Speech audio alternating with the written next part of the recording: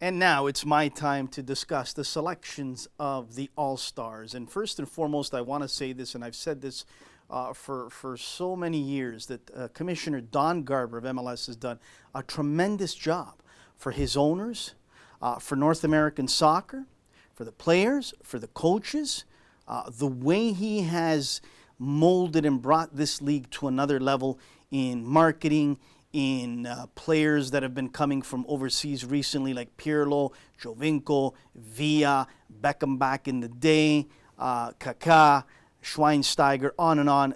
Don Garber's done a fantastic job, and you hardly hear any big-time issues or any politics or any real ugly moments since the commissioner has been in that seat. So well done, Commissioner Don Garber. But here's what I'm really upset about.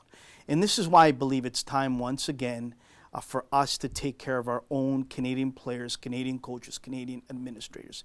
Because I can tell you what, when CPL has its all-star game, they will for sure have plenty of Canadian players and coaches in that all-star game. If they decide to play a team from Europe, South America, wherever, they're going to have plenty of Canadians on the field and on the benches. So the commissioner with his 2 picks, I have no problem. First and foremost, Dom Dwyer's been a guy that's always been shown very little respect, whether it's from the national team in years past, whether as an all-star he finally gets picked by the commissioner. Well done. Kellen Acosta of FC Dallas, this young man is on the rise. This young man has a bright future. I wouldn't be surprised one bit if he goes over to Europe and lands with a big-time club. This young man is also deserving of the commissioner's pick. But where is a Canadian on any of these picks, on any of these selections? Where is there a Canadian? There's no Canadian to be found.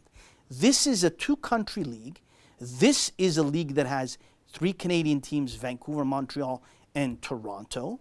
And this is a league that I believe is grateful and thankful to have these 3 Canadian clubs who last year showed it in the playoffs and have shown it since they've all entered, how important and valuable they are with attendance, with player signings, and on and on and on, off and on the field. The 3 Canadian clubs are outstanding. They're run from top to bottom like a well-oiled machine. Now, yesterday I get tweeted nonstop by some down south. But for the majority up here, they agree. But the ones down south didn't agree to me. They said, Anthony, this is an American league. Anthony, what do you want more? There's players from Canadian teams. Hold on a second.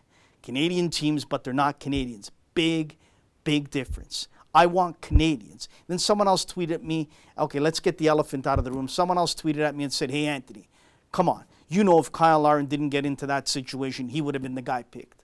Well, of course he would have. That's a slam dunk. But I'm going to give you 3 other names that I believe, 2 for sure, that should have been in strong consideration. 1, from Orlando, Will Johnson. Will Johnson has had a real good season so far. Steady, a leader, and a guy that has really shown his worth once again in MLS. Will Johnson would have been an easy pick for me as the commissioner to take him as a Canadian. How about Patrice Bernier of the Montreal Impact?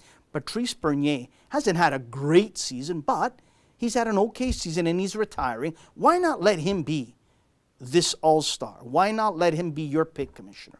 Why not?